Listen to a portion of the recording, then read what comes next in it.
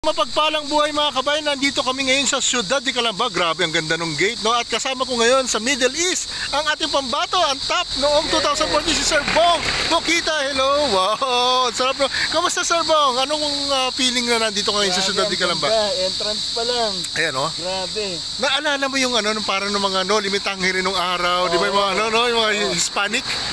Oo, grabe, ganda, no? Yan po ay main entrance pa lang ng Ciudad de Calamba. Na ano to Sir Bong, 350 hectares na development. Wow, ang dami, no? Grabe. Ang laki. Sa picture ko lang nakikita ngayon, nandito na ako. Yes, grabe. ang sarap sa feeling, no? Sir Bong, anong meron doon? Yung pinanggalingan natin doon, saan ba tayo galing kanina?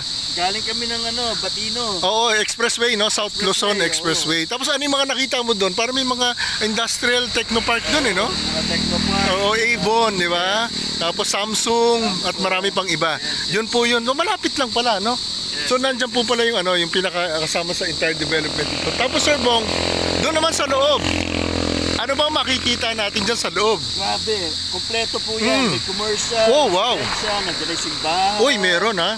Then, napakagandang pasyalan ng lugar. So meron ding tourist spot dyan, magkakaroon, no? Tourist spot. Yes, kasi po yung Ciudad de Calamba mga kabayan, ito po ay isang malaking township. Yes. Na kung saan sabi nga ni Sir Bong, merong commercial dyan, may residential, existing na, may itatayong simbahan, meron ding school. Yes, kompleto. Oo, actually may football field pa nga yan dyan sa video, no? Tapos napakaganda po, may tourist spot dyan na parang pwede mo enjoy kasama ang iyong family. Napakagandang development ng Philinvest. Wow, grabe. Tapos Sir Bong, alam niyo po ba ba't maraming dumadaan din ditong sasakyan? Kasi po, yung tutumbukin po nito, may way po na papuntang Tagaytay. Tagaytay, grabe. Makakain na naman tayong bulalo. Bulalo na naman to.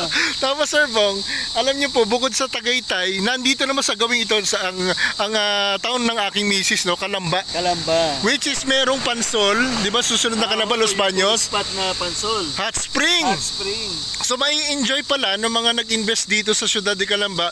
Kung gusto mag-swimming, ang lapit lang. Yes. Hot Spring. Bakasyonista, relaxation. Oo, pwede. Bakasyon dito po lang. Dito Pwede. malapit. Oo. Kaya pala maganda mag-invest dito. Kung ano man, lote ba yan, house and lot yan. Kasi para kami staycation, no? Malapit sa lahat. So Sir Bong, pasok tayo ngayon sa loob, no? So babay muna sa mga kabayan. Sisend po namin uli yung ibang videos pa post namin. Yes, at kung gusto natin mag-invest, mag-post na, mag-comment na dun sa nag-post nito. Ayan po. So maraming salamat mga kabayan. Thank you Sir Bong.